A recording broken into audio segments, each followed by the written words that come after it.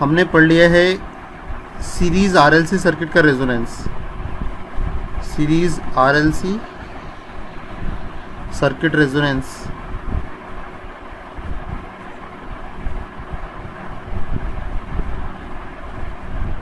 और हमने पढ़ा है पैरेलल आरएलसी सर्किट रेजोनेंस। ये स्टडी हमने की। तो सीरीज आरएलसी सर्किट के रेजोनेंस में क्या हो रहा है, क्योंकि कुछ न्यूमेरिकल में करवाने वाला हूँ इसलिए मैं आपको एक बार रिवाइज करवा रहा हूँ ताकि न्यूमेरिकल में कोई दिक्कत ना आए। इस प्रकार से ये सीरीज आरएलसी सर्किट है और इसे दे रहे हैं हम एसी सप्लाई। और रेजोनेंस कब पॉसिबल है, जब सर्किट में एल और सी दोनों प्रेजेंट हो। बिना एल और सी के रेजोनेंस पॉसिबल ही नहीं है। एल और सी चाहिए सर्किट में तभी रेजोनेंस पॉसिबल है। पैरेलल आरएलसी सर्किट में आर, एल और सी ये तीनों पैरेलल में रहेंगे। ठीक है, इस प्रकार से ये आर, ये एल, ये सी ये तीनों पैरेलल में रहेंगे।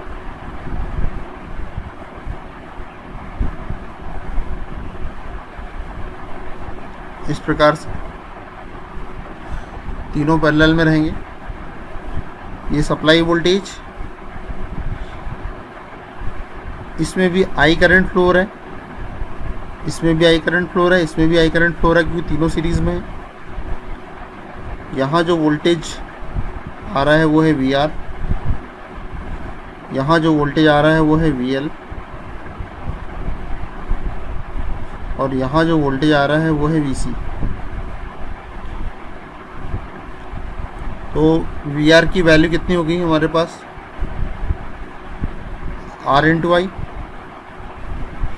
ये इंडक्टर है और इसका इंडक्टिव रिएक्टेंस एक्सएल है, ये कैपेसिटर है और उसका कैपेसिटिव रिएक्टेंस एक्सी। तो यहाँ वी एल इक्वल टू कितना हो जाएगा, एक्सएल इंटू आई हो जाएगा। वी सी जो हो जाएगा वो हो जाएगा एक्सी इंटू आई। ठीक है, उसी प्रकार से ये टोटल सप्लाई वोल्टेज है। इस टोटल सप्लाई वोल्टेज में जो करंट फ्लो हो रहा है वो हो रहा है आई आर। यहाँ जो करंट फ्लो हो रहा है वो है आई एल, यहाँ जो करंट फ्लो हो रहा है वो हो रहा है आई सी। ठीक है, तो जैसे यहाँ डिफरेंट वोल्टेज था V R, V L, V C, उसी प्रकार से यहाँ पर डिफरेंट करंट है आई आर, आई एल, आई सी। तो इस ये पैरेलल में है इसलिए सारे ब्रांच पे वोल्टेज कितना हो जाएगा, पैरेलल में वोल्टेज बराबर होता है, इसलिए जितना वोल्टेज सप्लाई का उतना ही वोल्टेज यहाँ पर भी होगा, उतना ही वोल्टेज इस ब्रांच पर भी होगा, उतना ही वोल्टेज इस ब्रांच पर भी होगा। तो आई आर इक्वल टू कितना हो जाएगा, जिस ब्रांच का करंट निकालना है उस ब्रांच का वोल्टेज अपॉन उस ब्रांच का रेजिस्टेंस। इस ब्रांच में करंट निकालना है तो इस ब्रांच का वोल्टेज अपॉन इस ब्रांच का रिएक्टेंस। इस ब्रांच में करंट चाहिए मुझे तो इस ब्रांच का वोल्टेज अपॉन इस ब्रांच का रिएक्टेंस एक्सी। ठीक है, उसके बाद क्या बताया था मैंने आपको बताया था कि जब दोनों का फेज़र डायग्राम हमने बनाया था, तो जो फेज़र डायग्राम बनता है वो फेज़र डायग्राम बनाते समय हम किन बातों का ख्याल रखते हैं। जब सीरीज़ आरएलसी सर्किट में हमने फेज़र डायग्राम बनाया था और पैरेलल आरएलसी सर्किट में हमने फेज़र डायग्राम बनाया था, तो किन बातों का ख्याल रखा था हमने, फेज़र डायग्राम। फेज़र डायग्राम बनाते समय हमने ख्याल रखा था कि कौन सी टर्म्स कॉमन है, उसको हमने रेफरेंस लिया था। तो यहाँ पे देखो सीरीज आरएलसी सर्किट में करंट जो है वो तीनों ब्रांच में तीनों एलिमेंट्स में समान है, इसलिए मैं करंट को रेफरेंस लूँगा। तो चलो करंट को रेफरेंस ले लेते हैं। ये करंट है, इस करंट को मैंने ले लिया रेफरेंस, इस करंट को रेफरेंस ले लिया मैंने। तो क्योंकि करंट जो है वो तीनों ब्रांच में कॉमन है। ठीक है भाई, अब ये जो रजिस्टर के अक्रॉस वोल्टेज होता है बेटा, वो हमें पता है कि वो करंट के सेम फेस में होता है, तो उसको करंट के सेम फेस में बना दो। जो वी आर होता है वो करंट के सेम फेस में होता है, इसलिए सेम फेस में बना दिया। फिर जो वी एल होता है, करंट इंडक्टर के केस में क्या होता है, करंट लैग करता है, पीछे चलता है, तो वोल्टेज को आगे चला दो। इसका मतलब जब करंट पीछे चलता है तो वोल्टेज आगे चला दो, तो लो वोल्टेज को आगे चला देते हैं। ये लो, जो वी एल वोल्टेज है वो आगे चल रहा है, तो वी एल को आगे चला दिया। और एक एजम्पशन लेके चलते हैं। क्या एजम्पशन लेके चलते हैं कि जो इंडक्टर का वोल्टेज है वो ग्रेटर देन कैपेसिटर वोल्टेज, ऐसा मान के चलते हैं। आप उल्टा भी मान सकते हो, V C greater than V L भी मान सकते हो। मैं अभी फिलहाल मान के चल रहा हूँ कि V L greater than V C, तो जो वी सी है वो कम है,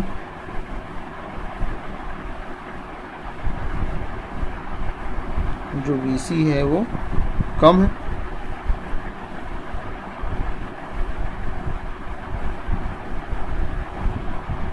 ये हो गया वी सी, और वी सी जो है वो कम है, तो वी एल ऊपर साइड है, वी सी नीचे साइड है। और हमें बहुत अच्छे से पता है कि इंडक्टर का वोल्टेज और कैपेसिटर का वोल्टेज एक दूसरे को क्या करता है, न्यूट्रलाइज करता है। तो हमारा जो रिजल्टेंट आ जाएगा वो कितना आ जाएगा, वी एल माइनस वी सी, यहाँ कहीं आ जाएगा, यहाँ कहीं हमारा जो रिजल्टेंट आ जाएगा। और वो रिजल्टेंट कितना हो जाएगा, वी एल माइनस वी सी। ये हमें तो फाइनली फेजर डायग्राम इस प्रकार से बनेगा। ये करंट का रेफरेंस हो गया, ये करंट रेफरेंस हो गया। करंट रेफरेंस होने के बाद जो वोल्टेज वी आर है वो वोल्टेज करंट के सेम फेस में है। ये जो वी आर है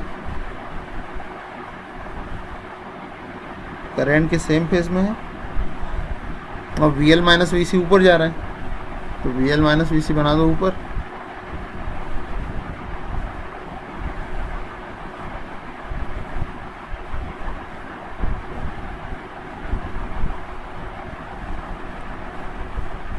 ये वी एल माइनस वी सी ऊपर गया, तो वी आर और वी एल माइनस वी सी दोनों मिल जाएंगे, तो क्या मिल जाएगा, टोटल वोल्टेज। देखो ये टोटल, ये वी आर है और ये वी एल और वी सी साथ साथ है, तो ये रिजल्टेंट कितना हो जाएगा, we L minus V C,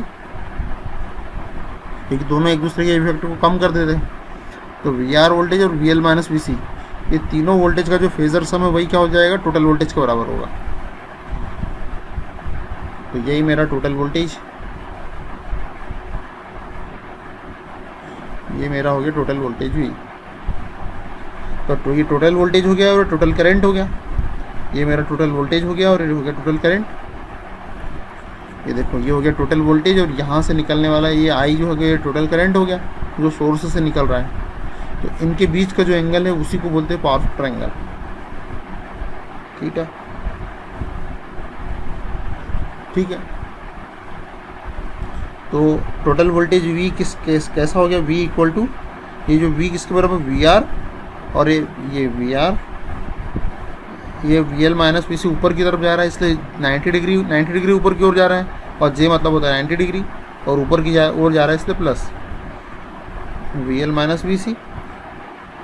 ठीक है। और एट रेजोनेंस की कंडीशन में क्या होता है, एट रेजोनेंस की कंडीशन में क्या होता है, जितना इंडक्टिव एनर्जी होती है उतनी कैपेसिटिव एनर्जी होती है, इसलिए जितनी इंडक्टिव वोल्टेज होगा उतना कैपेसिटिव वोल्टेज होगा। एट रेजोनेंस क्या होता है, जितना इंडक्टिव एनर्जी और कैपेसिटिव एनर्जी बराबर होती है, इसलिए इंडक्टिव कंपोनेंट, इंडक्टिव वोल्टेज और कैपेसिटिव वोल्टेज बराबर होगा एट रेजोनेंस। ठीक है, रेजोनेंस में यही होता है, याद रखना। एट रेजोनेंस की कंडीशन में क्या होता है, inductive voltage equal to capacitive voltage. तो उसको सिंप्लीफाई किया हमने, वी एल इक्वल टू होता है एक्सएल इंटू आई, और वी सी होता है एक्सी इंटू आई। तो ये आई से आई कैंसिल हो जाएगा, तो क्या हो जाएगा, एक्सएल इक्वल टू एक्सी। ठीक है।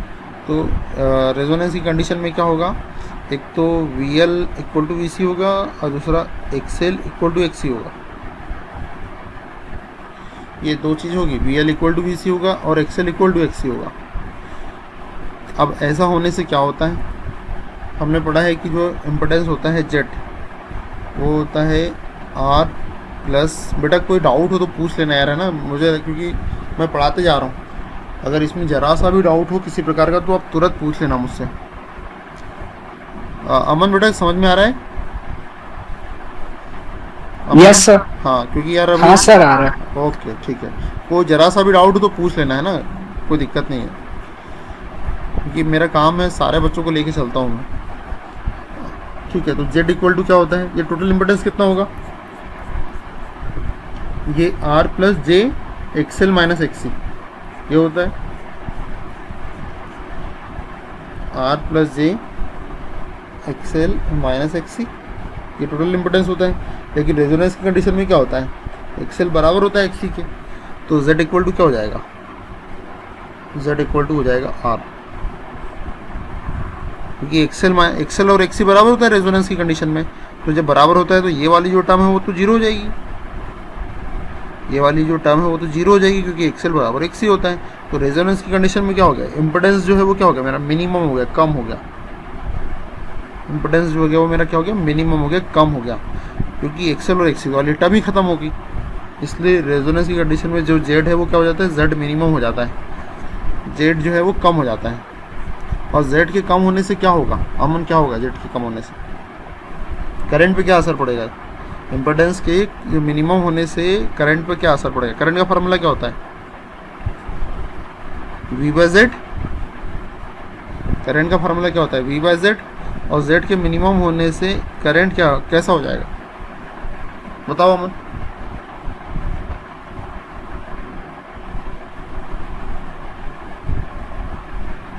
बताओ अमन, वेट कर रहा हूँ।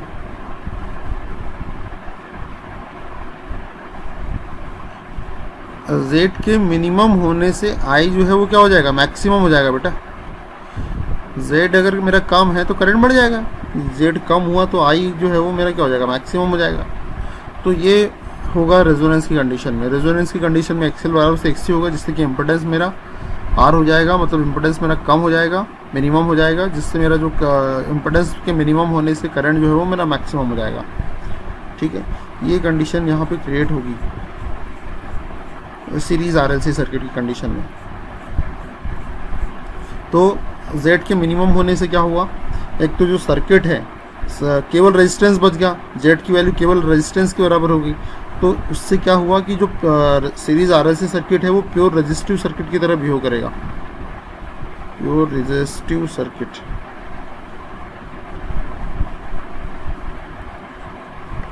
रेजोनेंस की कंडीशन में जो आरएलसी सर्किट है वो कैसा बिहेव करेगा,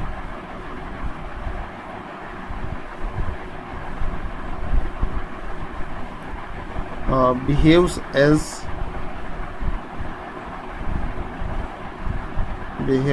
एज प्योर रेजिस्टिव सर्किट। और मतलब कहने का मतलब है प्योर रेजिस्टिव सर्किट की तरह बिहेव कर रहा है, मतलब कैसा बिहेव कर रहा है, यूनिटी पावर फैक्टर पे काम कर रहा है। कॉस फाई कितना हो जाएगा मेरा, आर बाय जेड, और जेड की वैल्यू खुद आर के बराबर हो गई है, तो पावर फैक्टर मेरा कैसा हो जाएगा, 1 हो जाएगा, यूनिटी हो जाएगा, यूनिटी पावर फैक्टर हो जाएगा रेजोनेंस की कंडीशन में। ठीक है, तो ये कंडीशन क्रिएट हो जाएगी। एक तो z मिनिमम हो गया, इम्पेडेंस बढ़ गया, कॉस फाई मेरा 1 हो गया, ये कंडीशन यहाँ क्रिएट होगी। ठीक है, और जब पैरेलल आरएलसी सर्किट की बात हो रही थी, तो जब पैरेलल आरएलसी सर्किट की बात हो रही थी तो यहाँ जो रेफरेंस लेंगे हम वो किसको लेंगे, यहाँ हमें रेफरेंस लेंगे हम वोल्टेज को, यहाँ हम रेफरेंस लेंगे वोल्टेज को। क्यों वोल्टेज को रेफरेंस लेंगे, क्योंकि वोल्टेज तीनों एलिमेंट के लिए कॉमन है, इसलिए वोल्टेज को हम रेफरेंस लेंगे। जब हम वोल्टेज को रेफरेंस लेंगे तो जो रजिस्टर के अंदर जो करंट फ्लो हो रहा है वो वोल्टेज के सेम फेस में होगा, तो जो IR करंट है वो सेम फेस में हुआ, जो IR करंट है वो सेम फेस में हुआ। और इंडक्टर में जो बहने वाला जो करंट है वो क्या कर रहा है, वो लैग करेगा वोल्टेज से, वो नीचे बना दो। तो मैं इंडक्टर एक और मेरा एग्जाम्पल ले लेता हूँ। कि जो IL है, वो एक एजम्पशन ले लेता हूँ कि IL ग्रेटर देन IC। जैसे वहाँ हमने VL ग्रेटर देन VC एक एजम्पशन लिया था, वैसे एक एजम्पशन लेके चलते हैं IL greater than IC। Series RLC circuit का रेजोनेंस और पैरेलल RLC सर्किट का रेजोनेंस। तो IC जो करंट है वो कम ले रहा हूँ तो कम बना देता हूँ, छोटी वैल्यू बना देता हूँ ऊपर।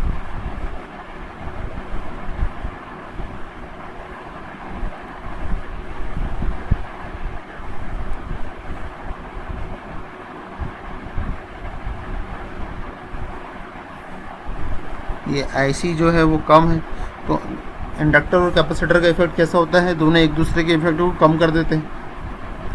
तो यहाँ रिजल्टेंट आ जाएगा, कितना, ये IC, यहाँ रिजल्टेंट आ जाएगा इतने भाग में IL माइनस IC। तो IR और IL माइनस IC दोनों मिलके क्या हो जाएगा, टोटल करंट I हो जाएगा। ये यहाँ से निकल रहा है टोटल करंट I। तो IR और IL माइनस IC दोनों का रिजल्टेंट मिला के टोटल I करंट के बराबर हो जाएगा।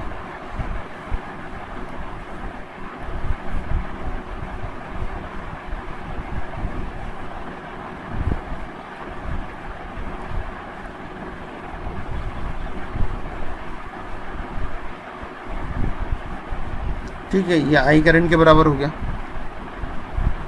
ये हो गया टोटल वोल्टेज और टोटल करंट, दोनों के बीच का जो एंगल है वो क्या हो गया, थीटा। दोनों के बीच का जो एंगल हो गया वो हो गया थीटा। और थीटा क्या है, पावर फैक्टर एंगल। तो अब हम एक इसको देखते हैं, ये I किसके बराबर हो गया, ये हो गया IR। अब ये जो फेजर जा रहा है वो नीचे की तरफ जा रहा है, IL माइनस, अच्छा ऐसा नहीं बनाना है यार, ये थोड़ा गड़बड़ हो गया। ये I ऐसा थोड़ी बनेगा, ये तो ये रिजल्टेंट से जाके जुड़ेगा ना, ये ऐसे यहाँ से जाएगा ये, तो ये यहाँ से मिलेगा ये IL माइनस IC से, और ये एंगल है थीटा।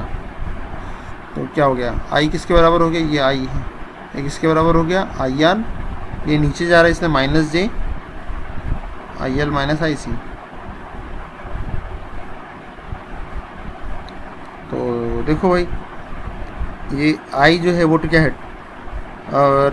एट रेजोनेंस क्या होगा, इंडक्टिव एनर्जी और कैपेसिटिव एनर्जी बराबर होती है, तो ये IL और IC भी आपस में बराबर होगा। IL इक्वल टू IC, ये दोनों आपस में बराबर होंगे। तो जब IL और IC आपस में बराबर होंगे तो ये तो टर्म ही जीरो हो जाएगी। तो I टोटल करंट किसके बराबर हो जाएगा, रजिस्टर में बहने वाला करंट टोटल करंट हो जाएगा। और उसी प्रकार से जब VL और VC बराबर होंगे तो जो टोटल वोल्टेज है वो किसके बराबर हो जाएगा, रजिस्टर के वोल्टेज के बराबर हो जाएगा। यहाँ IL की वैल्यू क्या हो जाएगी, V/XL। IC की वैल्यू कितनी होगी, V/XC। V और V से भी कैंसिल हो जाएगा, कॉमन निकल के कट जाएगा, तो बच जाएगा यहाँ पे 1/XL।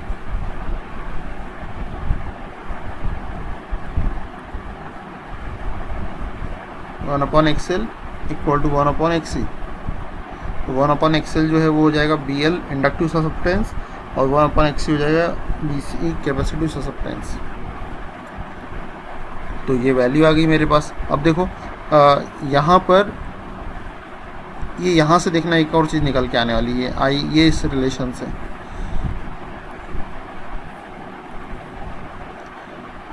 I equal to IR minus J IL minus IC। तो I जो है वो टोटल वोल्ट करंट है, इसलिए total voltage upon total impedance. IR क्या रजिस्टर के क्रॉस करंट है, तो टोटल वोल्टेज नहीं, रजिस्टर के across voltage upon resistor resistance minus J हो जाएगा, ये माइनस जे हो जाएगा V/XL माइनस IC हो जाएगा V/XC। बेटा सुमित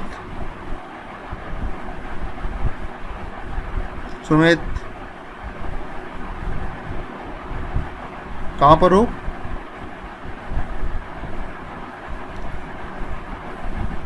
V/Z। ये V कॉमन निकाल लिया आपने यहाँ से, तो जब V आपने कॉमन निकाल लिया तो यहाँ पर क्या आ गया, वी कॉमन निकाल लिया तो यहाँ आ गया 1/z बचेगा, यहाँ 1/r बचेगा। ये सुमित होगा ट्रेन में अभी फ़िलहाल, इसलिए बोल नहीं पा रहे हैं। -j 1/xl minus 1/xc। तो ये 1/z जो है वो एडमिटेंस होता है, ये कंडक्टेंस होता है। -j ये हो जाएगा inductive susceptance BL minus BC, ये हो गया एडमिटेंस। तो रेजोनेंस की कंडीशन में क्या हो रहा है, BL और BC आपस में बराबर होगा। देखो BL और BC आपस में बराबर होगा, तो जब BL और BC आपस में बराबर होगा तो उस कंडीशन में जो एडमिटेंस है वो क्या हो जाएगा, G के बराबर, मतलब एडमिटेंस मिनिमम हो गया हमारे पास। तो एडमिटेंस मिनिमम हो गया तो इम्पोर्टेंस क्या होता है 1/y। तो जब ये y मिनिमम हो गया तो क्या हो जाएगा, Z मैक्सिमम हो जाएगा। और जब Z मैक्सिमम होगा तो फिर क्या होगा, करंट का फार्मूला क्या होता है V/Z। जब करंट मेरा मैक्सिमम हो जाएगा तो करंट में जो करंट है वो क्या हो जाएगा, मिनिमम हो जाएगा। ठीक है, तो यहाँ भी क्या हो रहा है, ये G जो इम्पोर्टेंस है वो क्या है, मैक्सिमम हो गया 1/y मिनिमम। और y मिनिमम की वैल्यू क्या है, G।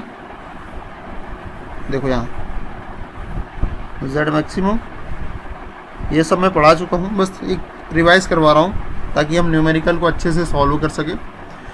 अगर अमन समझ में नहीं आए तो आदर्श की मदद लो और थोड़ा सा रिवाइज करो ताकि न्यूमेरिकल ये दिखाई नहीं दे रहा, ठीक से ब्लर हो रहा है। ब्लर हो रहा है, सभी बच्चों को ब्लर हो रहा है क्या,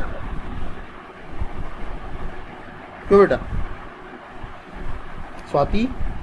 सर अभी हुआ था, अब ठीक है। थोड़ी देर के लिए हुआ था ना? Yes sir. हाँ सुमित, सिर्फ थोड़ी देर के लिए हुआ था बेटा ना, अब ठीक है सुमित?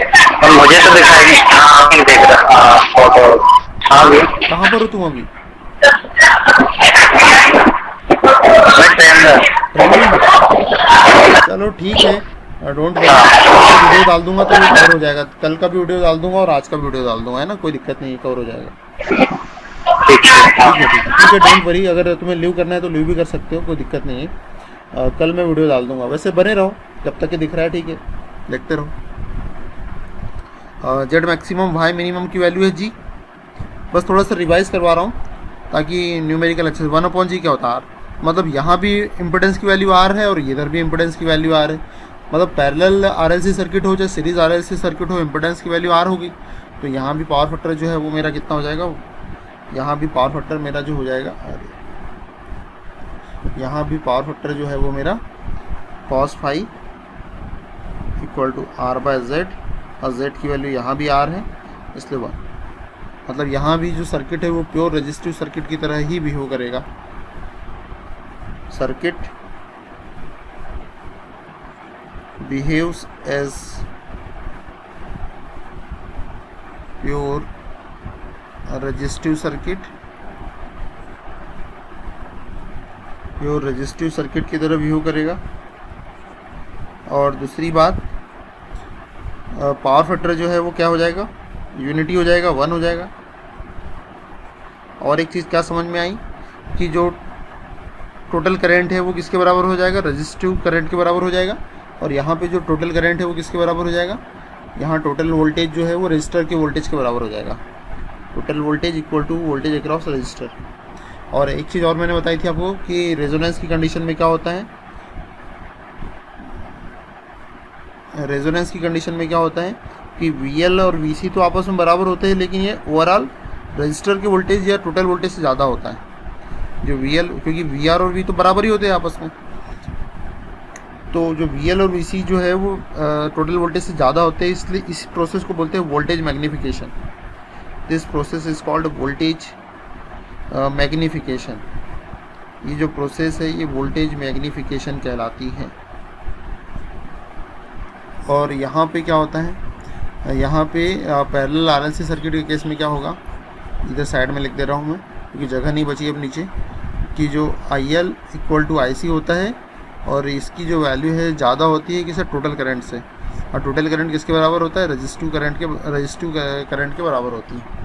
तो इसको बोलते हैं करंट मैग, मतलब पैरेलल सर्किट में करंट मैग्नीफिकेशन होता है और सीरीज सर्किट में वोल्टेज मैग्नीफिकेशन होता है। ठीक है, और ये हो गया रेजोनेंस के बारे में, मैंने थोड़ा रेजोनेंस आपको रिवाइज करवा दिया है। ठीक है, अब मैंने आपको एक कर्व भी बताया था वोल्टेज और फ्रीक्वेंसी के बीच में। ये फ्रीक्वेंसी है, ये फ्रीक्वेंसी की एक्सिस है और ये मेरा वोल्टेज की एक्सिस है। क्या, और ये मेरा जो है ये टोटल वोल्टेज, ये टोटल वोल्टेज इतना है। तो कैपेसिटर का जो वोल्टेज है वो ऐसा हो रहा है, ऐसे बढ़ रहा है फिर अचानक से घट रहा है। तो जिस जगह पे कैपेसिटर का वोल्टेज घटने लग जाता है उसको बोलते हैं कैपेसिटर की कट ऑफ फ्रिक्वेंसी। उस जगह को बोलते हैं कैपेसिटर की कट ऑफ, जिस मतलब वो देखो कैपेसिटर का वोल्टेज है ये जो कर्व बन रहा है किसका कर्व है, कैपेसिटर वोल्टेज का। कैपेसिटर का वोल्टेज धीरे धीरे बढ़ रहा है और अचानक से जिस जगह से वो घटना चालू हो जाए उसको बोलते हैं capacitor cut off frequency. Capacitor cut off frequency बोलते हैं उसको, कैपेसिटर कट ऑफ फ्रिक्वेंसी, उसको बोलते हैं कैपेसिटर की कट ऑफ फ्रिक्वेंसी। और जो इंडक्टर का वोल्टेज है वो कुछ इस प्रकार से रहता है, वो धीरे धीरे ऐसा ग्रेजुअली बढ़ते जाता है। ये बढ़ते गया और जिस जगह से वो कम होना चालू हो जाए उसको बोलते हैं ये इंडक्टर का वोल्टेज। दिस इज, ये जो है ये इंडक्टर वोल्टेज VL। जिस जगह पे बढ़ते बढ़ते अचानक घटने लग जाए उसको इंडक्टर कट ऑफ फ्रिक्वेंसी बोलते हैं। Cut off frequency of inductor, cut off frequency of inductor, ये इंडक्टर की कट ऑफ फ्रिक्वेंसी है। तो एक टर्म है बैंड विड्थ, जिसमें हायर फ्रिक्वेंसी में से लोअर, ये ज़्यादा बड़ी फ्रिक्वेंसी कौन सी है, इंडक्टर की, और कम वाली फ्रिक्वेंसी जैसे कैपेसिटर की। दोनों फ्रिक्वेंसी का अंतर कर दो तो वही बैंड विड्थ है। तो इसको कई बार हम बोलेंगे higher frequency minus lower frequency का जो डिफरेंस है, this is called bandwidth. ये होती है बैंड विड्थ। तो ये कर्व है और ये देखो रेजोनेंस की कंडीशन में इतना वोल्टेज रहता है। इसको थोड़ा सा इस डायग्राम को मॉडिफाई कर रहा हूँ।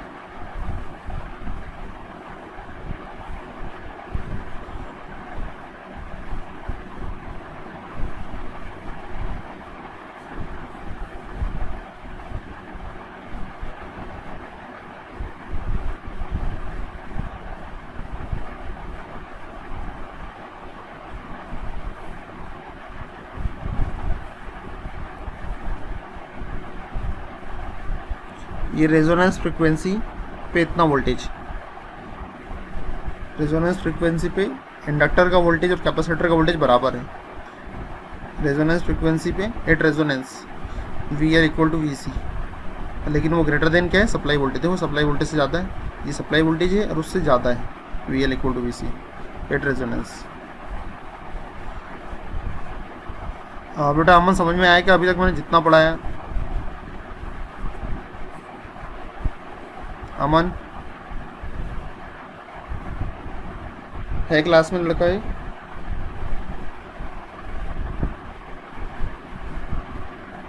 हाँ चला गया, इसको समझ में ही नहीं आ रहा होगा। ठीक है, बाकी बच्चों को समझ में आ रहा है? ठीक है, यस सर। ठीक है बेटा। तो हमने एक क्विक रिवीजन कर लिया। अब हम देखते हैं, फिर मैंने आपको बताया था नेक्स्ट क्लास में क्वालिटी फैक्टर। चलो थोड़ी डिस्कशन क्वालिटी फैक्टर का करते हैं।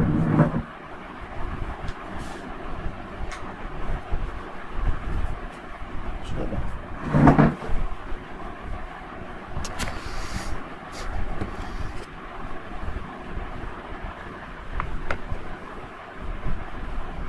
ठीक है, quality factor.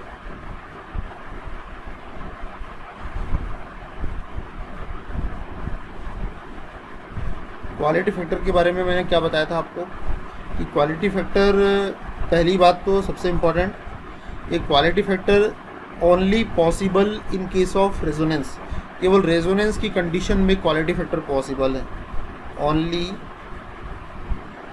Possible in case of resonance. Quality factor केवल पॉसिबल है इन केस ऑफ रेजोनेंस, रेजोनेंस की कंडीशन में ही आप क्वालिटी फैक्टर निकाल सकते हो, only possible in case of resonance. और रेजोनेंस कब पॉसिबल है? क्वालिटी फैक्टर पॉसिबल है only in case of resonance, लेकिन रेजोनेंस कब पॉसिबल है? Resonance possible only in case of जब इंडक्टर और कैपेसिटर हो, तब resonance possible in case of L and C, जब ये दोनों प्रेजेंट हो, इंडक्टर और कैपेसिटर, इंडक्टेंस और कैपेसिटेंस, देन ओनली पॉसिबल। मतलब क्वालिटी फैक्टर चाहिए तो रेजोनेंस होना चाहिए, और रेजोनेंस तब पॉसिबल है जब एल और सी होना चाहिए। मतलब क्वालिटी फैक्टर भी बिना एल और सी के नहीं निकाल सकते आप, कहने का मतलब क्वालिटी फैक्टर भी तभी पॉसिबल है जब एल और सी सर्किट में हो, अदरवाइज आप क्वालिटी फैक्टर नहीं निकाल सकते हैं। ठीक है, तो क्वालिटी फैक्टर के बारे में मैंने आपको क्या बताया था, चलो थोड़ा सा डिटेल में चर्चा करते हैं क्वालिटी फैक्टर के बारे में। ये बहुत इंपॉर्टेंट टॉपिक है क्वालिटी फैक्टर। बेटा आदर्श समझ में आ रहा है? Quality factor Adarsh? Yes sir. ठीक है बेटा। तो जो क्वालिटी फैक्टर होता है वो क्या होता है? ये होता है रेशो, किसका रेशो होता है? Quality factor is the ratio of maximum energy stored in RLC circuit, maximum energy stored in RLC circuit, कितनी मैक्सिमम एनर्जी RLC सर्किट में स्टोर हो रही है, अपॉन पावर डिसिपेशन पर cycle, upon power dissipation upon power dissipation पर cycle, कितनी power का dissipation हो रहा है पर साइकिल, इन दोनों के रेशो को बोलते हैं क्वालिटी फैक्टर। ठीक है, अब मैक्सिमम एनर्जी स्टोर जो होती है, देखो आपने दो फार्मूले पढ़े होंगे। एनर्जी आरएलसी सर्किट की एनर्जी कितनी होती है, सीरीज आरएलसी सर्किट है या पैरेलल आरएलसी सर्किट है, तो आरएलसी सर्किट में कितनी एनर्जी स्टोर होती है। तो आपने एक फार्मूला पढ़ा होगा इंडक्टर की एनर्जी, इंडक्टर एनर्जी का जो फार्मूला आपने पढ़ा होगा, ये पढ़ा होगा 1/2 LI²। ये इंडक्टर की एनर्जी है, और कैपेसिटर की जो एनर्जी है उसका फार्मूला है, कैपेसिटर एनर्जी का फार्मूला है 1/2 CV²। ये इंडक्टर की एनर्जी का फार्मूला है और ये कैपेसिटर की एनर्जी का फार्मूला है। लेकिन अगर एल और सी दोनों प्रेजेंट हो सर्किट में, तब मैक्सिमम एनर्जी कितनी स्टोर होगी, तो वो होती है 1/2 L मैक्सिमम करंट का स्क्वायर, ये होती है। केवल इंडक्टर है तो LI², लेकिन अगर एल और सी दोनों हो तब इतनी एनर्जी स्टोर होगी। अगर कैपेसिटर के फॉर्म में, कैपेसिटर का फॉर्मूला क्या, 1/2 CV², तो CVm², ये इतनी एनर्जी स्टोर होगी। ये इंडक्टर के फॉर्म में और एक कैपेसिटर के फॉर्म में, ये दोनों आपस में बराबर। इंडक्टर के फॉर्म में बोले तो इतनी एनर्जी, और कैपेसिटर के फॉर्म में बोले तो इतनी एनर्जी। ठीक है, IM यहाँ मैक्सिमम करंट है, यहाँ लिख देता हूँ मैं, हियर IM मैक्सिमम करंट। ये बहुत एक डेरिवेशन के बाद ये रिलेशन निकल के आता है, लेकिन मैं आपको डायरेक्ट बता दे रहा हूँ क्योंकि कोई मतलब नहीं है ज़्यादा टाइम उसमें लगा के। IM जो है वो मैक्सिमम करंट है, और VM जो है वो मैक्सिमम वोल्टेज। VM जो है this is maximum voltage, maximum voltage. कल की क्लास भी अपनी ना इवनिंग में रहेगी 6 से 8 में, ठीक है, या फिर अदरवाइज़ अगर आपको कुछ काम हो किसी बच्चे को तो मुझे बता देना, हम टाइम को शिफ्टिंग कर देंगे, पर क्लास को मिस नहीं करना है, इस बात का ख्याल रहे। ठीक है, तो ये है। तो जब क्वालिटी फैक्टर को आप ये रिलेशन रखते हो, पावर डिसिपेशन पर साइकिल, ये तो मैंने आपको बता दिया कि मैक्सिमम एनर्जी कितनी स्टोर हो रही है उसका ये फार्मूला है। और पावर डिसिपेशन पर साइकिल, पावर डिसिपेशन पर साइकिल कितनी पावर पर साइकिल डिस्ट्रीब्यूट हो रही है उसकी वैल्यू यहाँ रख देंगे। तो जब ये रिलेशन हम रख देंगे इस फार्मूले में, क्वालिटी फैक्टर के फार्मूले, तो ये रिलेशन निकल के आएगा सीरीज आरएलसी सर्किट के लिए और पैरेलल आरएलसी सर्किट के लिए। देखो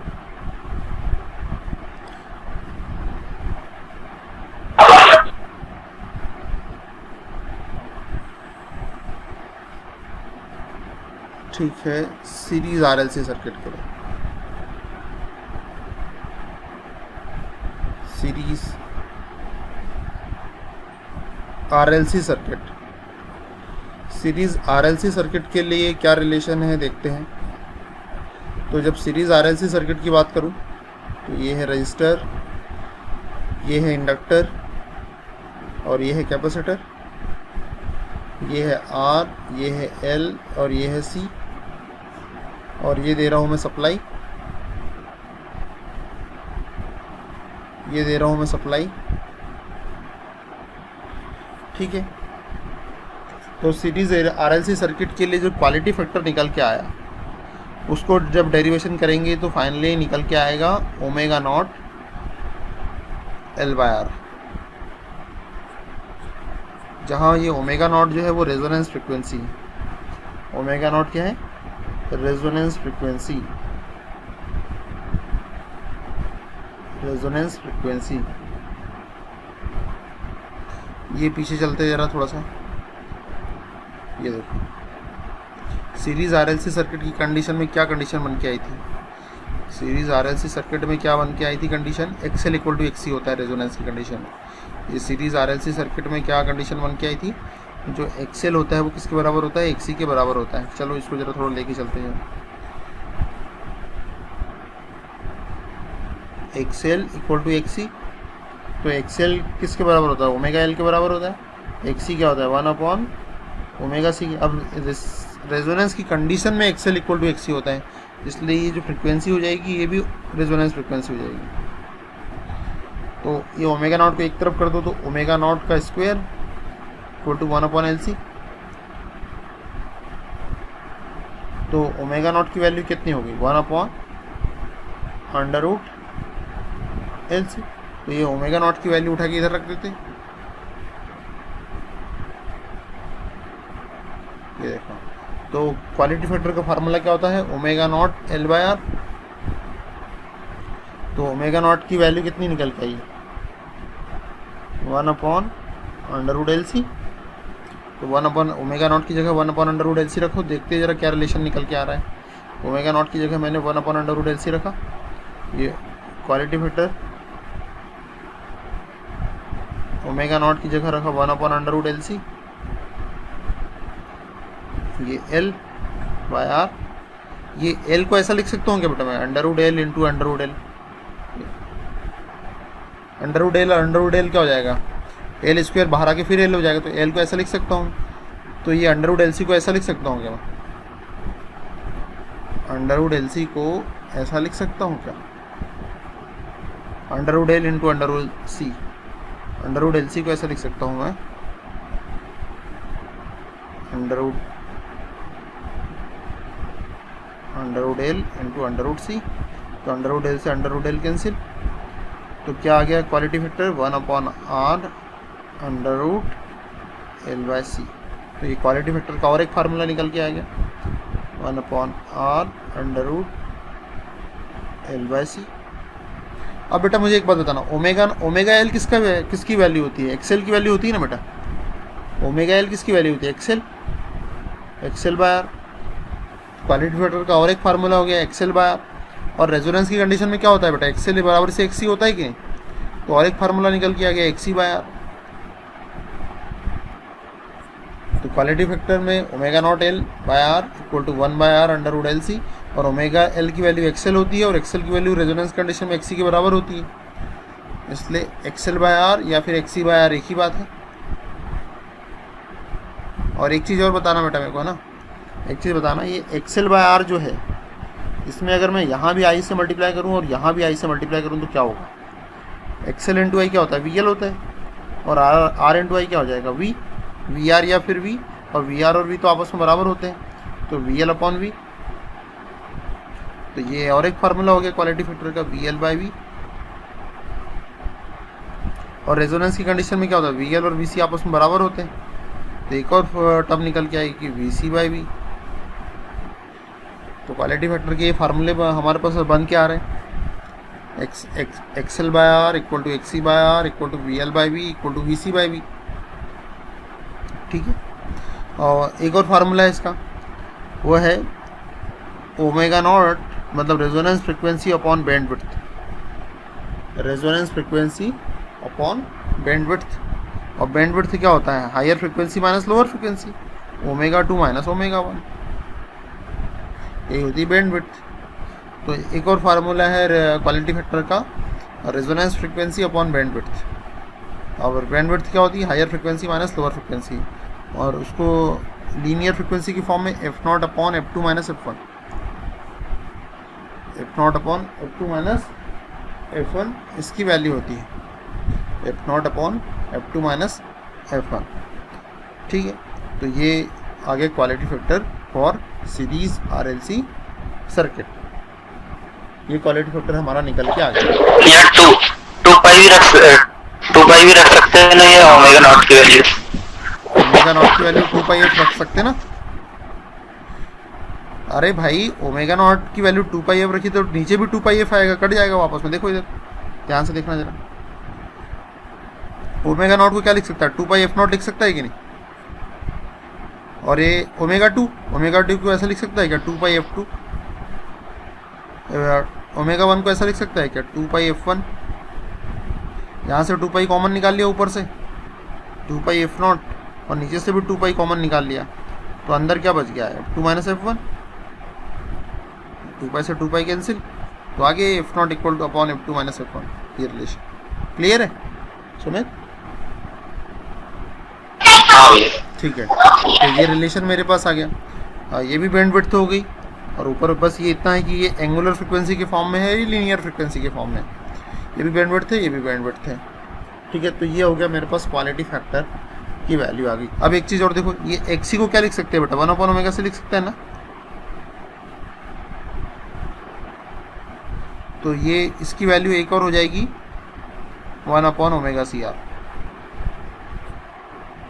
XC की वैल्यू अगर 1/ω से लिखेंगे तो क्वालिटी फैक्टर की वैल्यू 1/ωCR आ जाएगी। ठीक है। तो इसका स्क्रीनशॉट ले लो जरा, अब पूरा स्क्रीनशॉट, हाँ पूरा स्क्रीनशॉट ले लो इसका। अभी लिखना नहीं, क्योंकि कल भी मैंने बच्चों को यही पढ़ाया था, वो तो बस सिर्फ रिवाइज करवा रहा हूँ मैं एक प्रकार से।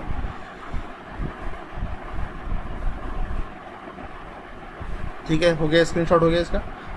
कल बेटा आप सीरीन स्वाति मैंने आपको ये नहीं बताया था, ये वाली टर्म नहीं बताई थी आपको, ये वाली पावर। हाँ सर, वही मैं सोच रही थी, ये तो बताई नहीं थी आपने। नहीं तो बेटा मैंने सिर्फ इनकी वैल्यू नहीं बताई थी, बाकी सब कुछ बताया था कि maximum energy stored in RLC circuit की जो मैक्सिमम एनर्जी की वैल्यू होती है वो इतनी होती है, ये नहीं बताया था, बाकी सब कुछ बताया था मैंने आपको। हाँ सर, ये अब भी लिख लिया 1/2 CV का। वो तो भाई मैं जितनी बार पढ़ाऊंगा उतनी बार चीज़ें बदलेगी, पर अगर मैं धोखे से छूट भी गई ना तो मैं बाद में कवर कर देता उसको, ऐसा कुछ नहीं। देख, इंडक्टर की एनर्जी 1/2 LI² होती है, कैपेसिटर की एनर्जी 1/2 CV² होती है। और कल की क्लास में तो बच्चों को डाटा ज़्यादा है मैंने, इसलिए भी शायद उस दिन दिमाग से वो क्लिक नहीं हो गया होगा, निकल गया होगा। तो ये है इंडक्टर की एनर्जी इतनी, कैपेसिटर की एनर्जी, और जब मैक्सिमम एनर्जी जो स्टोर होती है RLC सर्किट में, इंडक्टर की फॉर्म में 1/2 LIm² और कैपेसिटर की फॉर्म में 1/2 CVm²। ठीक है। तो ये मेरा क्वालिटी फैक्टर निकल के आ गया इस प्रकार से। अब पैरेलल में देखते हैं, इसको एक देखते हैं ना पैरेलल में क्या, series RLC circuit, series RLC circuit का जो क्वालिटी फैक्टर निकल के आया है क्वालिटी फैक्टर निकल के आया है, वो आया है omega naught L by R, और ये वैल्यू है 1/r √L/c, और ये वैल्यू है इसकी XL by R equal to XC by R, और XC की वैल्यू 1/ωc होती है, तो ये हो जाएगा 1/ωcr। जब I का मल्टीप्लाई दोनों तरफ कर देंगे तो ये हो जाएगा VL बाय V या VR, ये VC बाय V या फिर VR। V और VR बराबर ही होते हैं रेजोनेंस की कंडीशन में। और एक और रिलेशन यहाँ निकल के आया कि omega naught resonance frequency angular form में अपॉन ω2 - ω1 बैंडविड्थ, ये ω2 - ω1 क्या है, ये बैंडविड्थ है, और लीनियर फॉर्म में हो जाएगा f0 अपॉन f2 - f1, और ये यहाँ पे बैंडविड्थ है। ठीक है, इतना रिलेशन हमारा निकल के आया है सीरीज़ RLC में। तो अगर पैरेलल RLC हो तो बस ज़्यादा नहीं, बस इसी को उल्टा कर देना है। क्वालिटी फैक्टर जो है वो हो जाएगा R/ω0L, ये उल्टा हो जाएगा R √C/L हो जाएगा, ये उल्टा हो जाएगा, ये R/XL हो जाएगा, जस्ट पैरेलल RLC में उल्टा हो जाएगा। और ये हो जाएगा R/XC, ये हो जाएगा ωcr, ये हो जाएगा V/V, नहीं पैरेलल है तो करंट के फॉर्म में बनाते हैं, चलो नहीं चलो इसी को मॉडिफाई कर दूंगा मैं। ये उल्टा हो जाएगा V/VL हो जाएगा, ये हो जाएगा V/VC। ठीक है, इसमें मुझे थोड़ा सा डाउट है, वो अभी भी क्लियर नहीं हुआ है क्या कि पैरेलल में ये फार्मूला वैसा ही है, चेंज हो गया है। और पैरेलल की कंडीशन में एक मिनट में कंफर्म कर लेता हूँ ज़रा, एक मिनट कितना बेटा।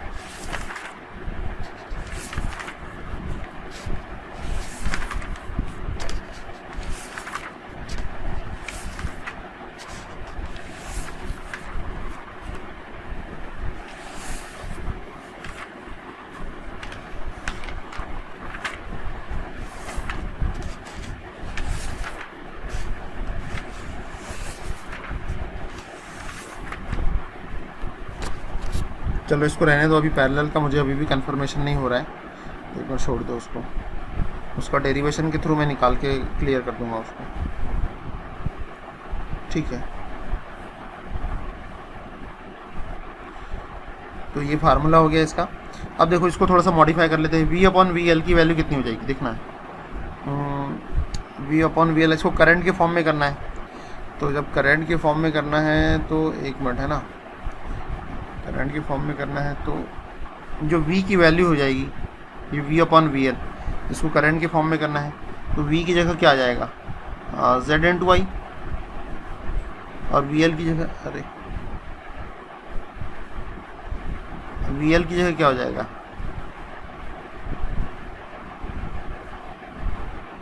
नहीं यार ऐसा नहीं,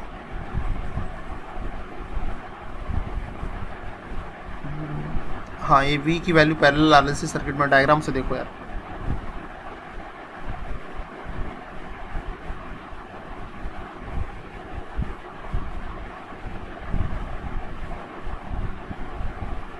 R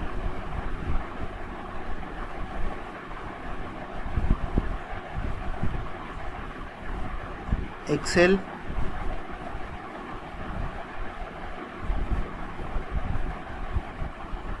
XC,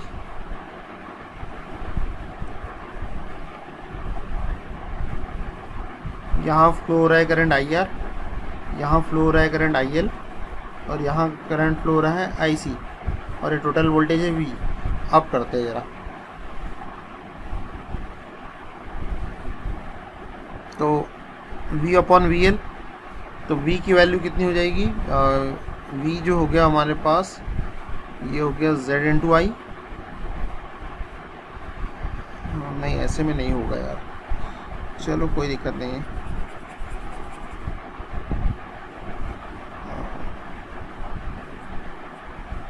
कल कैसे बताया था बेटा स्वाति, मैंने इस रिलेशन को कैसे एक्सप्लेन किया था करंट की फॉर्म में, देखो जरा अपनी कॉपी में।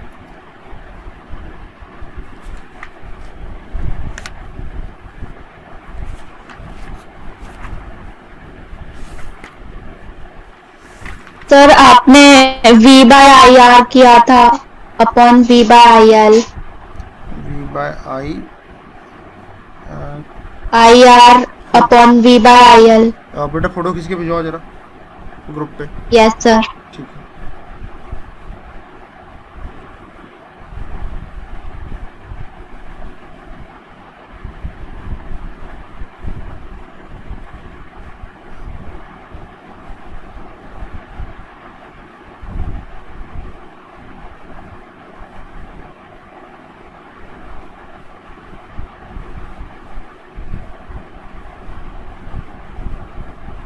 हाँ ये था, ये कल की क्लास का कंटेंट है अपने पास।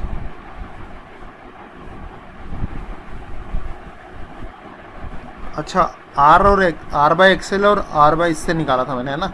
चलो ठीक ठीक मिल गया स्वाति, रहने दो कंटेंट मिल गया। इस R और XL की हेल्प से मैंने रिलेशन निकाला था करंट में। चलो आ जाओ, कोई दिक्कत नहीं है।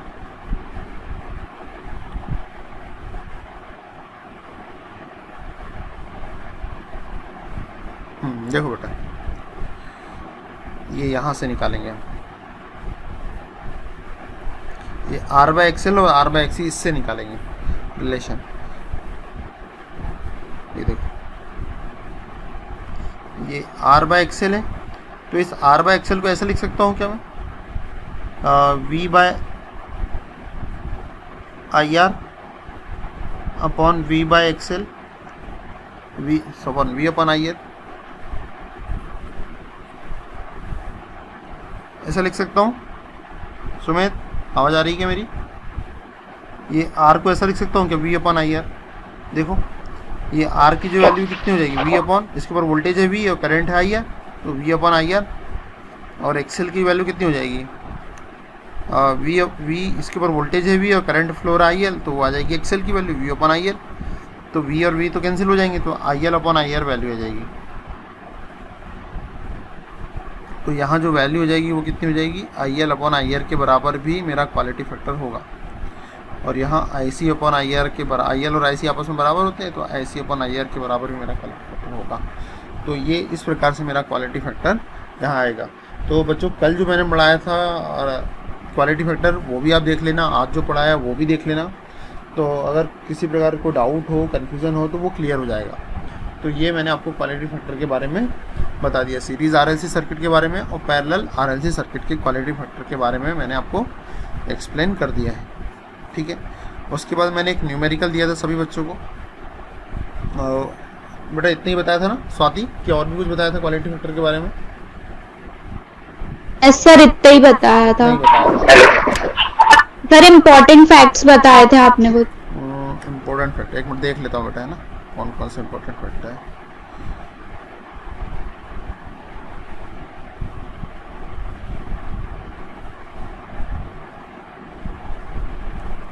हाँ एक चीज़ और बताना भूल गया था, ये डैम्पिंग रेशो जो होता है, एक टर्म होती है डैम्पिंग रेशो, जो होता है 1/2 इंटू क्वालिटी फैक्टर।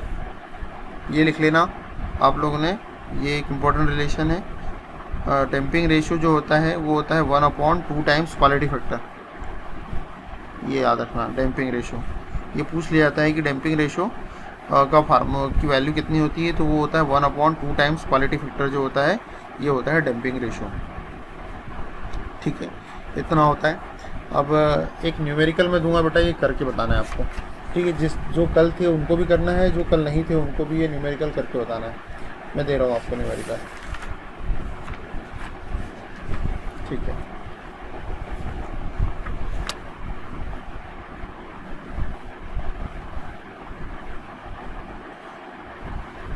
चलो ये क्वेश्चन है।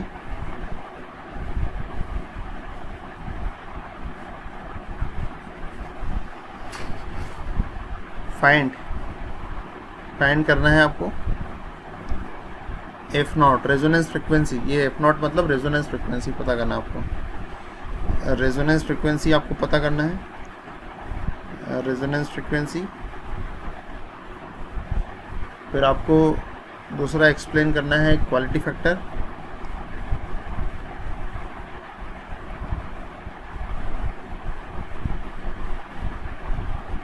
तीसरा एक्सप्लेन करना है आपको बैंडविड्थ।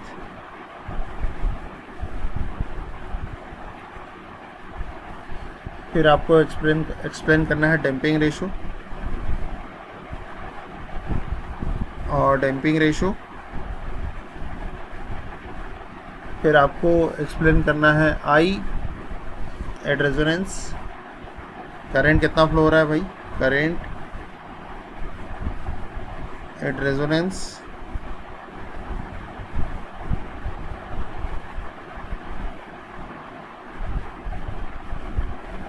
और आपको एक्सप्लेन करना है वोल्टेज ऑफ कॉइल।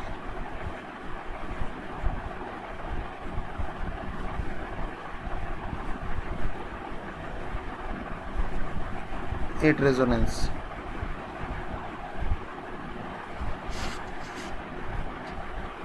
ठीक है, चलो। और ये क्वेश्चन का जो सर्किट है वो इस प्रकार का है।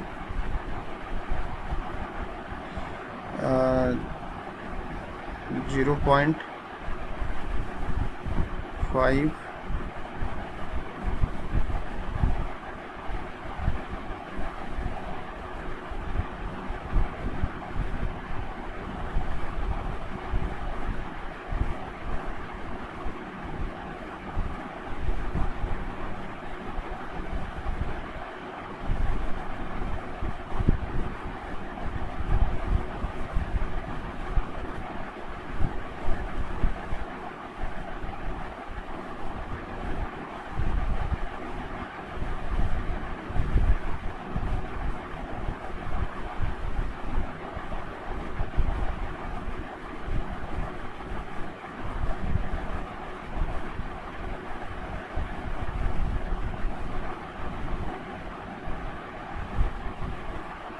ये कॉइल है। चलो करो बेटा इसको, ये क्वेश्चन सॉल्व करना है आपको। जो वोल्टेज है VT, ये है 10 sin ओमेगा t। सबसे पहले रेजोनेंस फ्रिक्वेंसी निकालना है F0। तो रेजोनेंस फ्रिक्वेंसी का फार्मूला पता है 1/2 अंडरवुड L/C। तो 1/2 L और C की वैल्यू कितनी है 4 × 1। तो अंडरवुड के अंदर 4 × 1 मतलब 4 रहेगा, तो 4 बाहर आके 2 हो जाएगा, तो कितना हो जाएगा 4π। 1/4π हो गई हमारी रेजोनेंस फ्रिक्वेंसी। ठीक है, अब आगे क्या पूछ रहा है, क्वालिटी फैक्टर पूछ रहा है। तो क्वालिटी फैक्टर का फार्मूला क्या होता है, क्वालिटी फैक्टर जो होता है वो होता है ω0 L/R। तो ω0 निकाल लेते हैं, इस F0 की हेल्प से ω0 आ जाएगा। ω0 जो होता है वो होता है 2π/F0। तो 2π/F0 की जो वैल्यू होगी 1/4π हो गई, पाई से पाई कैंसिल हो जाएगा, तो 2 से 4 कैंसिल हो जाएगा, तो 1/2 मतलब 0.5 मतलब 1/2। ये आ गई मेरी ω0। तो वैल्यू पुट कर देता हूँ। क्वालिटी फैक्टर ये पहला निकल गया। दूसरा क्वालिटी फैक्टर निकालना है मुझे। तो क्वालिटी फैक्टर ω0 है गया 1/2 मतलब 0.5, L है मेरा 4, R है 0.2। तो इसको सॉल्व कर लो। ये हो गया 5/10, ये हो गया 2/10 × 4, ये 10 से 10, 2 से ये 2 बार। तो क्वालिटी फैक्टर आ गया मेरा 10, मतलब बहुत अच्छी क्वालिटी फैक्टर आ गया मेरा 10। अब क्या पूछ रहा है, बैंडविड्थ। क्वालिटी फैक्टर में दिक्कत क्या है बेटा, ω0 L/R। ω0 निकाल लिया। ω0 कैसे निकाला, फार्मूला क्या होता है 2π/F0। F0 निकाला 1/4π। तो मैं F0 की जगह 1/4π आया, तो वैल्यू आ गई 0.5 1/2। तो बस ω0 की जगह 1/2 रख दिया, L की जगह 4 रख दिया, R की जगह 0.2 रख दिया, आ गया आंसर। समझ में आया सुमित? है ना, ω0 निकालना है भाई। फार्मूला होता है क्वालिटी फैक्टर का ω0 L/R। ω0 क्या होता है 2π/F0। F0 निकाल लिया 1/2π अंडरवुड LC। L दिया हुआ है, C दिया हुआ है, तो वैल्यू आ गई 4π 1/4π। ये ओमेगा नॉट को की जगह रख दिया ये ओमेगा नॉट जो होता है वो 2 पाई एफ नॉट होता है, तो पाई से के पाई कैंसिल हो गया, तो ओमेगा नॉट की वैल्यू 0.5 आ गई, तो ओमेगा नॉट की जगह 0.5 रख दिया, एल की जगह 4 रख दिया, आर की जगह 0.2 रख दिया, आंसर आ गया, कुछ भी नहीं उसमें। अब फिर तीसरा निकालना है बैंडविड्थ।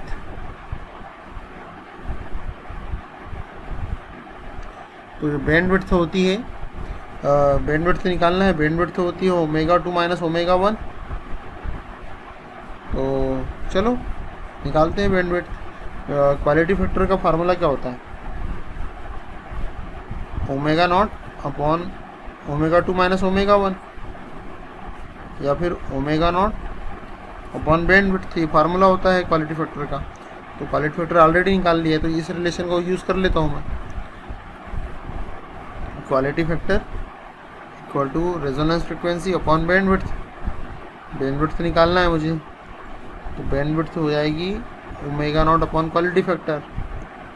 ओमेगा नॉट ऑलरेडी निकाल चुका हूँ मैं, ओमेगा नॉट जो आया है वो कितना आया है, ओमेगा नॉट जो आया है वो आया है 0.5, ओमेगा नॉट जो आया है ये आया है 0.5, और क्वालिटी फैक्टर निकल के आया है 10, तो कितना हो गया 5/10 इंटू 10 मतलब 5/100 मतलब 0.05, ये आ गई मेरी बैंडविड्थ हर्ट्स।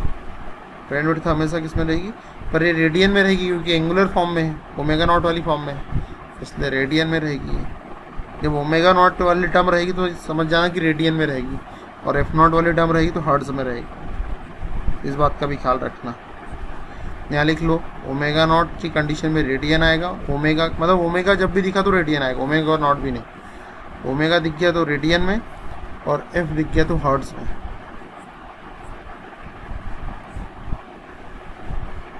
तो तीसरे नंबर पे मैंने बैंडविड्थ से निकाल लिया। अब क्या पूछ रहा भाई, अब वो पूछ रहा डैम्पिंग रेशो चौथे नंबर पे, चौथे नंबर पर डैम्पिंग रेशो पूछ रहा है, और डैम्पिंग रेशो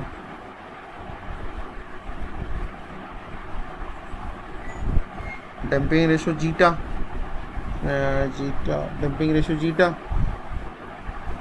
जीटा सिंबल है डैम्पिंग रेशो का, 1/2 इंटू क्वालिटी फैक्टर फार्मूला होता है, तो 1/2 क्वालिटी फैक्टर जो हो गया वो हो गया 10, तो 1/20 हो गया मेरा डैम्पिंग रेशो, ये 1/2 डैम्पिंग रेशो आ गया। अब क्या पूछ रहा भाई, अब पूछ रहा है करेंट एट रेजोनेंस, करेंट की वैल्यू पूछ रहा है, तो ठीक है, तो इशू है ही नहीं, यही निकाल के बता सर डैम्पिंग रेशियो को किससे डिनोट करते हैं, जीटा बोलते हैं बेटा, इसको जीटा बोलते हैं। अभी अपन अगले सेमेस्टर में एक सब्जेक्ट पढ़ने वाले कंट्रोल सिस्टम, मैं ही पढ़ाने वाला हूँ, डिटेल में पढ़ाऊंगा ये जीटा।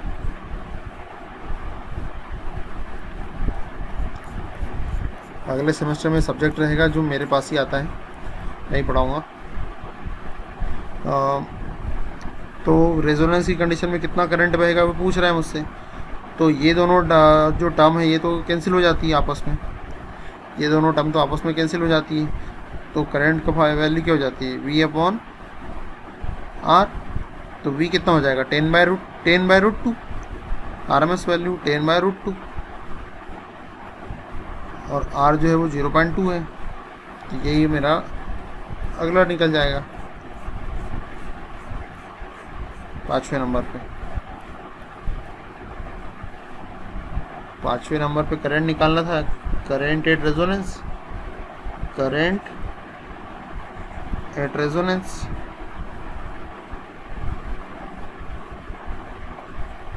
तो करंट का फार्मूला क्या है, V अपॉन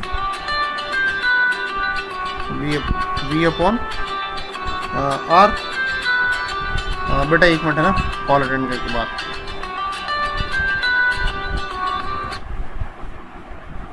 हाँ भाभी, हाँ भाभी यहीं पे हूँ भाभी, हाँ भाभी आ गया हूँ। अच्छा भैया आने वाले हैं क्या, अच्छा बिल्कुल भाभी बिल्कुल, धन्यवाद। तो भाभी आप भी आ जाओ ना,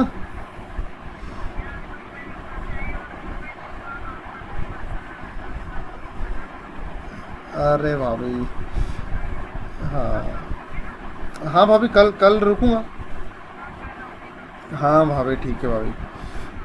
हाँ अभी तो भाभी पढ़ा रहा हूँ बच्चों को, 6 से 8 आज क्लास रख दी थी मैंने, तो बस क्लास ही चल रही है मेरी अभी। तो और भाभी कैसा रहा सफ़र? अच्छा लगा? अच्छा दिक्कत तो नहीं है भाभी कोई? अच्छा अच्छा, चलो ठीक है भाभी, तो फिर आओ आप, है ना? हाँ ठीक है भाभी, बाय भाभी।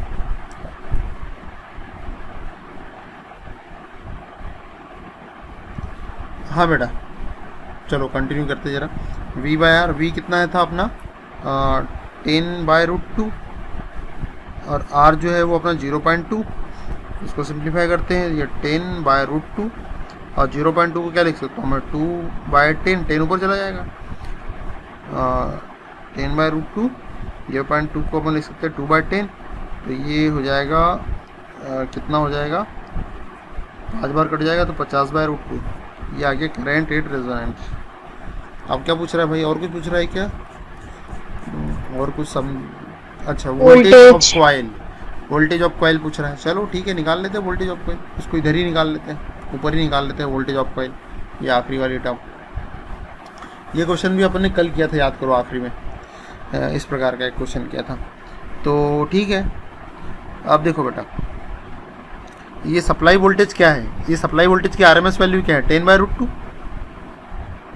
है ना, इतनी है ना। आरएमएस वैल्यू क्या होती है, VM/√2। तो सप्लाई वोल्टेज की जो आरएमएस वैल्यू होगी VM/√2, 10/√2। तो बेटा जितना सप्लाई वोल्टेज होता है उतना ही तो ये इसका वोल्टेज होता है कॉइल, ये रजिस्टर के क्रॉस VR। तो VR इक्वल टू क्या हो गया, 10/√2। जितना सप्लाई वोल्टेज उतना ही रजिस्टर का वोल्टेज रेजोनेंस की कंडीशन में। तो मुझे तो देखना है ना, मुझे इस कॉइल के क्रॉस वोल्टेज चाहिए।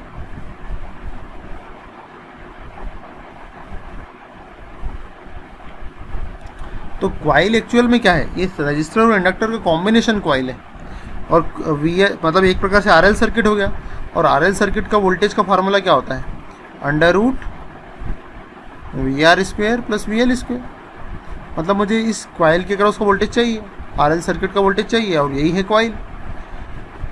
तो ये मुझे निकालना है, जिसमें से मुझे VR तो पता चल गया कि VR की वैल्यू 10/√2 का स्क्वायर है, 10/√2 का स्क्वायर, मतलब VL चाहिए मुझे। VL मिल गया तो काम ही हो जाएगा अपना। तो VL हम निकाल लेंगे, क्वालिटी फैक्टर के फार्मूले से निकालूंगा अभी। देखो ये क्वालिटी फैक्टर का formula, quality factor equal to बेटा ये भी होता है, quality factor equal to VL/V। देखो ये होता है कि नहीं, VL/V ये होता है। देखो इधर जरा रिलेशन में, ये देखो, ये देखो VL/V। तो क्वालिटी फैक्टर ऑलरेडी निकाल लिया है, कितना क्वालिटी 10, VL निकालना है, और V कितना है 10/√2।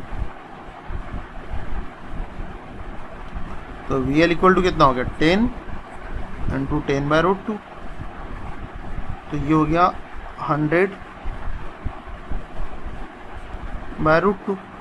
ये वैल्यू उठा के रख दो, आप काम हो गया। ये VL की जगह 100/√2, 100/√2 ही है ना, हाँ 100/√2 यहाँ रख दो, आंसर आ जाएगा, काम ही हो गया। तो VRL चाहिए, तो √10/√2 का स्क्वायर मतलब 100/2, और 100/√2 का स्क्वायर मतलब कि 100,002। तो ये हो गया, कॉमन निकल गया 2, अंदर ये जुड़ जाएगा आपस में, तो ये हो जाएगा 100,100। इसको सॉल्व करेंगे तो जो भी वैल्यू आएगी वही अपना कॉइल का वोल्टेज होगा। ठीक है, कितना आ रहा है बेटा, करो जरा कैलकुलेटर से। पहले 100/2 करो और उसका अंडर रूट निकालो। एक मिनट मैं भी करता हूँ।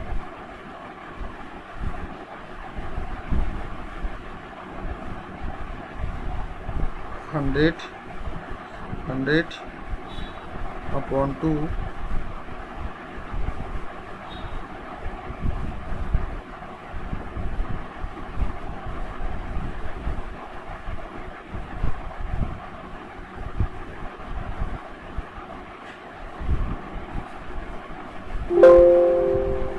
चलो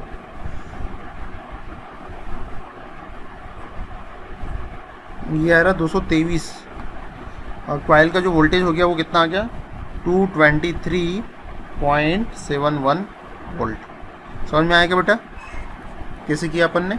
सीरीन, स्वाति, सुमित, बेटा क्लियर हुआ? सर वो 100/2 ये कैसे है वो समझ में नहीं आया? VL ये बेटा देखो, ये क्वालिटी फैक्टर का फार्मूला क्या होता है? VL/V। क्लियर है? सर है ना? क्लियर है? और क्वालिटी फैक्टर कितना है बेटा अपना 10 और V सप्लाई वोल्टेज 10/√2 है। क्लियर है? यस तो VL की वैल्यू चाहिए तो इसको इधर ट्रांसफर कर दिया 10/√2 को, तो ये कितना हो गया 10 × 10/√2 तो 100/√2। क्लियर है क्या? यस सर क्लियर बेटा? यस सर ठीक है, तो इस प्रकार से हमने कॉइल का वोल्टेज निकाल लिया।